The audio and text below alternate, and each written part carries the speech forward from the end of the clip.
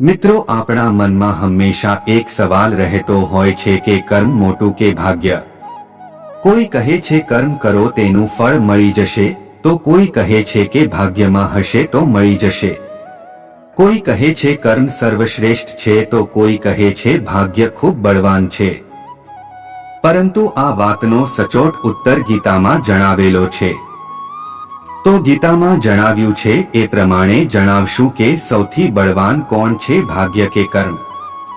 પરંતુ ગીતામાં આ વાતને એવી રીતે કહેવાયેલી છે કે જે આપણને ક્યારેક સમજવી અઘરી પડી જાય છે. તે વસ્તુ જાણ્યા બાદ પણ આપણને મનમાં અમુક પ્રશ્નો રહી જાય છે. માટે આજે અમે તમને કર્મ અને ભાગ્ય સંબંધિત એક વાર્તા જણાવશું જે જાણ્યા બાદ તમને ગીતામાં કહેલી વાત ખૂબ જ સરળતાથી સમજાઈ જશે. એક જંગલ હતું અને તે જંગલની બંને બાજુ અલગ અલગ રાજા રાજ્ય કરતા હતા. તે જંગલમાં એક સંત રહેતા હતા અને બંને રાજા તે સંતને પોતાના ગુરુ માનતા હતા અને તેમનો આદર પણ કરતા હતા. પરંતુ સમસ્યા એ હતી કે બંને રાજાના રાજ્યની વચ્ચે એક નદી વહેતી હતી અને તે નદી બંને રાજ્યો માટેનો એકમાત્ર જળસ્ત્રોત હતો.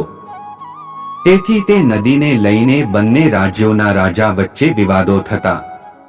પરંતુ એક વાર વિવાદ ખૂબ જ વધી ગયો અને બંને રાજ્યોએ યુદ્ધનો નિર્ણય લઈ લીધો. ત્યારબાદ બંને રાજા એક પછી એક જંગલમાં રહેતા સંતના આશીર્વાદ લેવા પહોંચી જાય છે. પહેલા જે રાજા આવે છે તેને સંત જણાવે છે કે તારા ભાગ્યમાં જીત નથી, પછી આગળ ઈશ્વરની મરજી.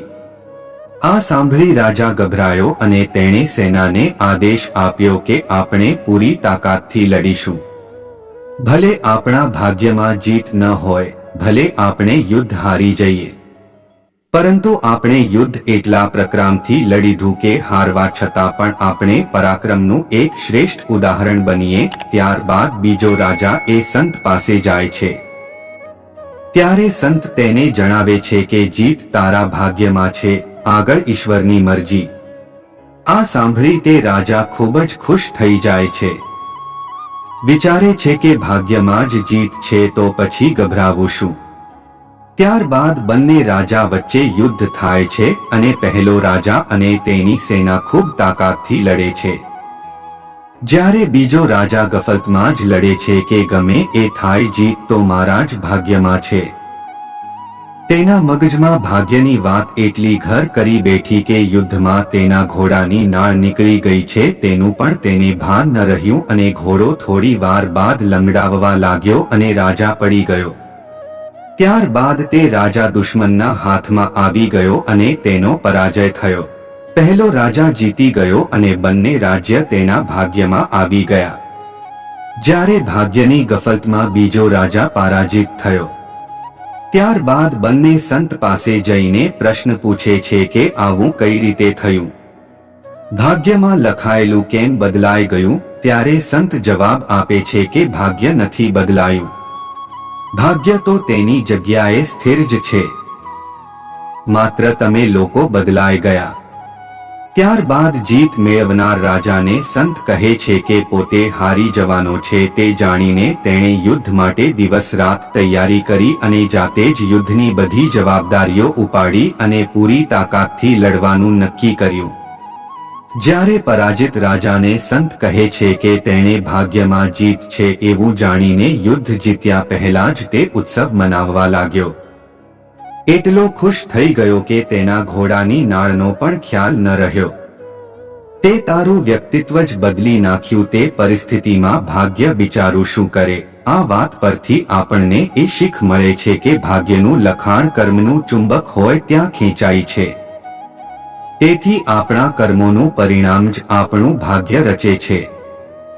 આપણે અનુકૂળ કર્મ કરીને ભાગ્યને આપણી બાજુ ખેંચી શકીએ છીએ. આપણા કર્મોનું પરિણામ જ ભાગ્ય છે.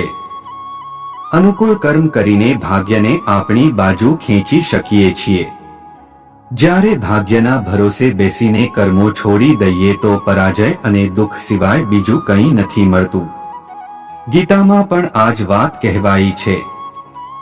ગીતાના બીજા અધ્યાયના 47મા શ્લોકમાં ભગવાન જણાવે છે કે કર્મ પર તારો અધિકાર છે, ફળ પર નહીં. માટે ફળની ચિંતા કાર્ય વગર કર્મ કરતા રહો. મિત્રો, અહીં એક વાત તો સાબિત થઈ ગઈ કે કર્મથી મોટું ક્યારે આપણું ભાગ્ય ન બની શકે. આપણું ભાગ્ય ગમે એટલું સારું હોય પણ આપણે તેના માટે કોઈ કર્મ જ ન કરીએ તો તે વ્યર્થ જાય છે.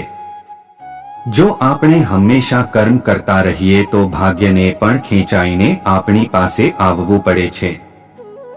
આ વાત પર તમારો શું અભિપ્રાય છે? કર્મ મોટું કે ભાગ્ય? કોમેન્ટ કરીને તમારો કિંમતી અભિપ્રાય જરૂર જણાવજો.